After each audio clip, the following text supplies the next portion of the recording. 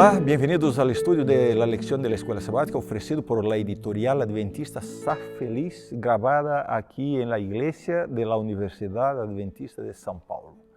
Esta es la lección número 2 del tercer trimestre de este año. El tema general de la lección es el crisol con Cristo. Y el tema de esta semana es los crisoles venideros. Vayamos directamente al versículo para memorizar de la semana, que es primera carta de Pedro, de San Pedro, capítulo 4, versículos 12 y 13, que dice, un versículo un poco largo para memorizar, pero sigue ahí el reto para nosotros esta semana. A ver, amados, no os sorprendáis del fuego de prueba que os ha sobrevenido, como si alguna cosa extraña os aconteciese, sino gozaos por cuanto sois participantes de los padecimientos de Cristo, para que también en la revelación de su gloria os gocéis con gran alegría. Ya sabes que el crisol es un recipiente donde se somete un metal a altas temperaturas para purificarlo. La vida a menudo te hace pasar por verdaderos crisoles, son los crisoles de la vida. Son esas situaciones en las que se nos pone a prueba con dureza, con problemas y dificultades.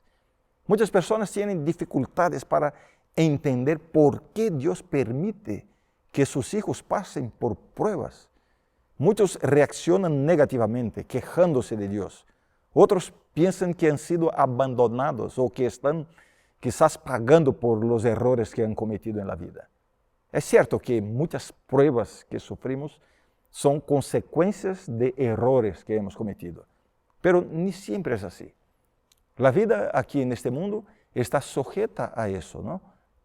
Tanto los justos como los injustos pueden pasar por momentos fáciles y momentos difíciles en la vida. Esas circunstancias no siempre son provocadas directamente por Dios o por el diablo. Son simplemente cosas de la vida. Pero una cosa es muy cierta. Las pruebas pueden servir para crecer y fortalecernos. Pueden ser una invitación para algunos, una invitación a la rebelión y a la desesperación, o para otros, una invitación a la comunión y a la dependencia de Dios. Todo depende de cómo reaccionamos a ellas. Así que si estás pasando por una prueba, recuerda esto. Dios puede convertir el mal en bien. Él puede hacer de esta prueba un instrumento para tu salvación y quizás la salvación de otras personas. Entonces, por favor, no te desanimes. El título de la lección del domingo es Sorpresas.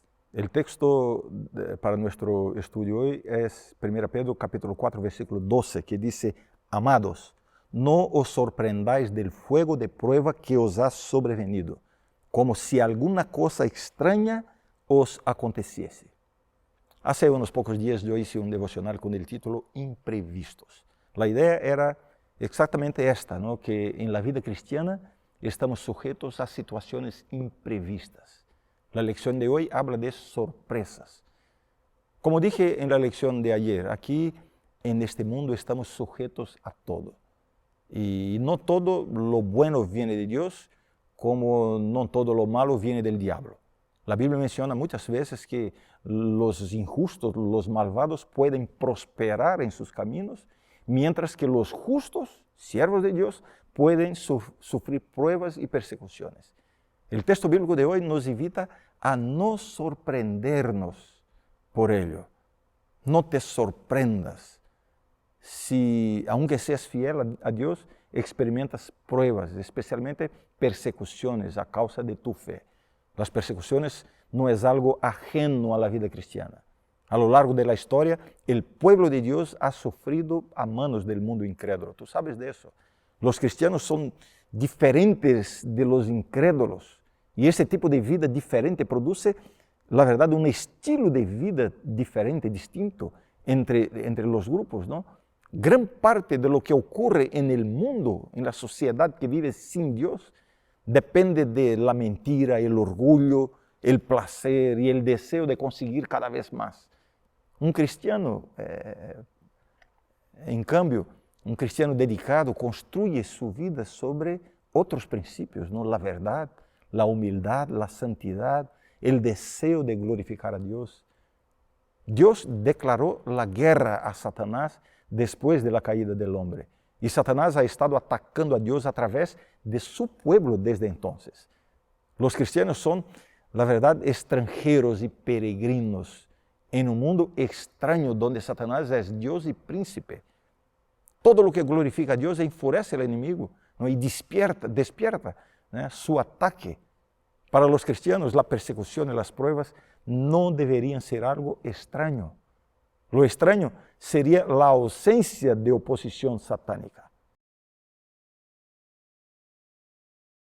El título de la lección del lunes es Los crisoles de Satanás. El texto de hoy es 1 Pedro capítulo 5, versículo 8, que dice, sed sobrios y velad, porque vuestro adversario, el diablo, como león rugiente, anda alrededor buscando a quien devorar. Una de las razones por las que nos preocupamos es porque tenemos un enemigo. Como la serpiente, Satanás engaña, y como el león, devora. La palabra Satanás, que viene de Satán, significa adversario, y la palabra diablo significa el acusador, el calumniador. Por eso, el apóstol Pedro aquí nos da varias instrucciones prácticas para ayudarnos a obtener la victoria sobre el adversario. Cuando leemos su carta vemos eso, ¿no? En primer lugar, debemos tener cuidado porque él es peligroso. El consejo del texto que hemos leído es velad. Nadie debe o debería jugar con el enemigo ni facilitarle las cosas. No hay que tenerle miedo, es verdad, pero tampoco hay que provocarlo ni acercarse a él innecesariamente. Una de las principales estrategias del diablo es el disfraz. Suele atacar disfrazado. Se viste de ángel de luz, mezcla la verdad con el error, atrae con cosas, situaciones y personas interesantes y seductoras. Así que te digo una cosa, debes tener mucho cuidado con eso. Así que la única manera segura de enfrentar y vencer al enemigo es no enfrentarlo solo. Estar en comunión con Dios es nuestra única seguridad y garantía de victoria sobre el enemigo. Cuanto mejor conozcamos la palabra de Dios, más agudos serán nuestros sentidos espirituales, nuestro discernimiento espiritual para detectar, para identificar a Satanás en acción contra nosotros. También debemos estar vigilantes o atentos o despiertos. Jesús utilizó esta misma palabra con Pedro y otros discípulos en el huerto de Getsemaní cuando les dijo, velad y orad para que no entréis en tentación. Es la misma palabra. El apóstol Pablo utiliza la misma palabra al escribir, velad, manteneos firmes en la fe, sed valientes, sed fuertes. Primero a los Corintios, capítulo 16. Así que debemos estar atentos y vigilantes. Pero no lo olvides, con Cristo ya somos más que vencedores. Y en Cristo no hay miedo. Los crisoles del pecado es el título de la lección del martes. El versículo de hoy es Romanos 1:18, que dice, porque la ira de Dios se revela desde el cielo contra toda impiedad e injusticia de los hombres que detienen con injusticia la verdad. Cuando transgredimos una ley de la naturaleza, seguro que hay consecuencias. Quizá la más conocida de todas sea la ley de la gravedad. No hay manera, ¿no? Si no respetas esta ley, sabes que puedes lesionarte gravemente. Esto ilustra, es una figura de lo que ocurre con la ley moral de Dios. El pecado es la transgresión de la ley de Dios y siempre traerá sus consecuencias. El versículo que acabamos de leer habla de personas que detienen la verdad. Otra versión dice personas que ocultan la verdad. Son hombres que conocen la verdad de Dios, pero no permiten que esta verdad actúe en sus vidas. La detienen para poder vivir su propia vida y no ser condenados por la verdad de Dios. El resultado será rechazar la verdad y finalmente luego, ¿no?, convertir la verdad en mentira. Este proceso puede ser tan amplio y tan extenso, tan profundo, ¿no?, como para dejar a la persona completamente insensible a la verdad. Esta será la consecuencia de su actitud de desobediencia a la ley de Dios. No es que Dios rechace a esta persona o le traiga desgracia, problemas en la vida como una condenación, como si fuera un pagamiento por eso, no. Es la misma persona quien se ha puesto en el camino donde el pecado sigue su curso de dolor y degradación. Y lo que he comentado antes, ¿no?, muchas de las cosas malas que nos ocurren en la vida son consecuencias de nuestras propias elecciones y actitudes. Por otro lado, las cosas malas también pueden ocurrir simplemente como cosas de la vida, de la realidad de un mundo caído, ¿no?, lleno de problemas.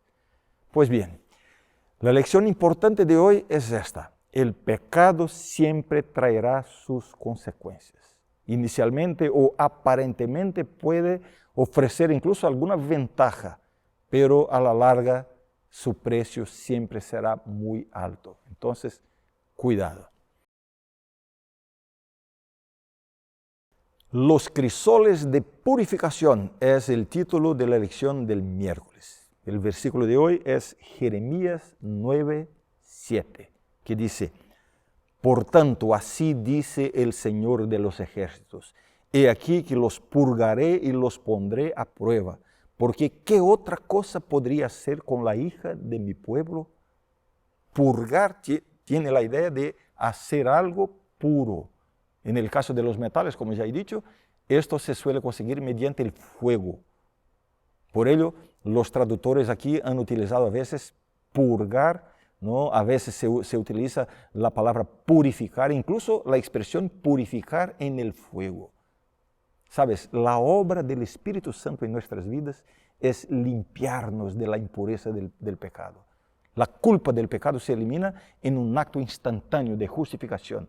El sacrificio de Cristo en la cruz, aceptado por la fe, sirve de pago. Ya no hay culpa. Y eso no depende de nosotros, ¿no?, de lo que ocurre en nosotros. Es una obra que se ha consumado fuera de nosotros, en la cruz. Pero lo que Dios quiere hacer por nosotros, en nosotros, es algo más que solucionar el problema de la culpa. Él también quiere provocar un cambio interior que transforme nuestra vida. Un cambio en nuestros gustos, en nuestras preferencias, en nuestros pensamientos, en nuestros hábitos de vida. La obra del Espíritu Santo consiste en hacernos cada vez más semejantes a Cristo. Y este proceso implica muchas veces dolor y renuncia. Por eso se utiliza aquí la metáfora del crisol, ¿no?, que quema, que aquece para poder purificar.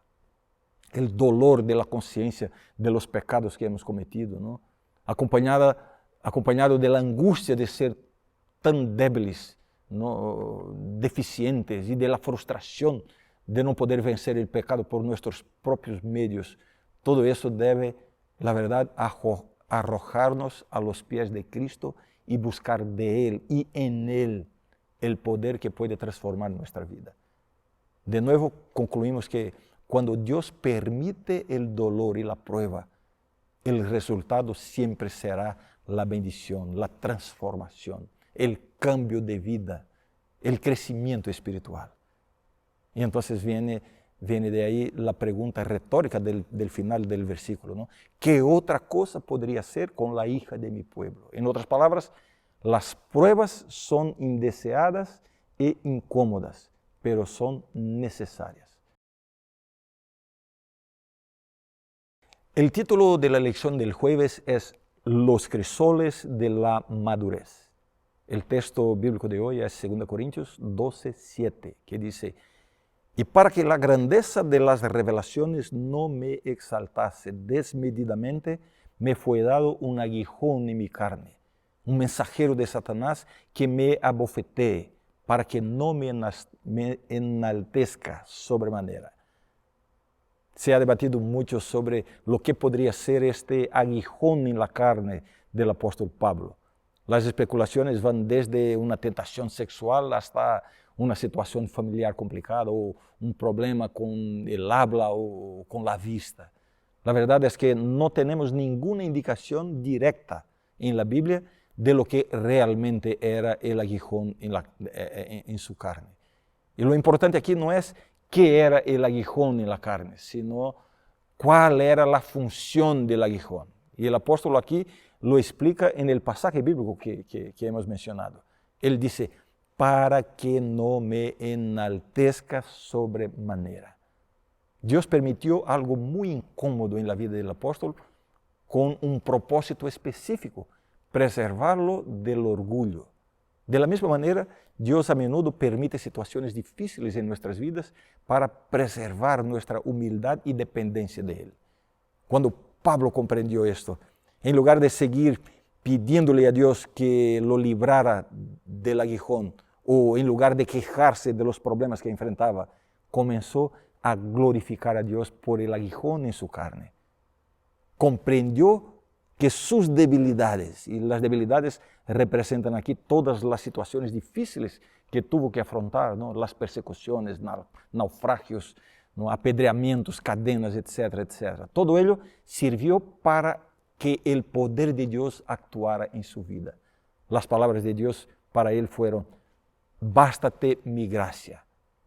Así que te digo, mi querido amigo, mi querida amiga, si estás luchando con Dios para que te libere de un aguijón en tu carne, no sea lo que sea, una enfermedad, una crisis, una pérdida, una injusticia, no importa. Recuérdate que tu mayor necesidad, nuestra mayor necesidad, no es la liberación de todos los aguijones en la carne. Nuestra mayor necesidad es la gracia de Dios operando en nuestro corazón. Esto es lo que nos dará la resistencia para soportar el aguijón y seguir adelante con Dios. El mayor interés de Dios por nosotros no está aquí en esta vida, sino en la eternidad. Lo que sufrimos aquí no es nada comparado con lo que Dios nos está preparando en la eternidad. Muy bien, ahora te pido una vez más, por favor, suscríbete al canal de Sa Feliz Bibles para recibir los vídeos. No te olvides que tenemos ahora un canal exclusivo para los vídeos en español, ¿vale? Y por favor, comparte este vídeo con tus contactos. Un fuerte abrazo, nos vemos mañana. Adiós.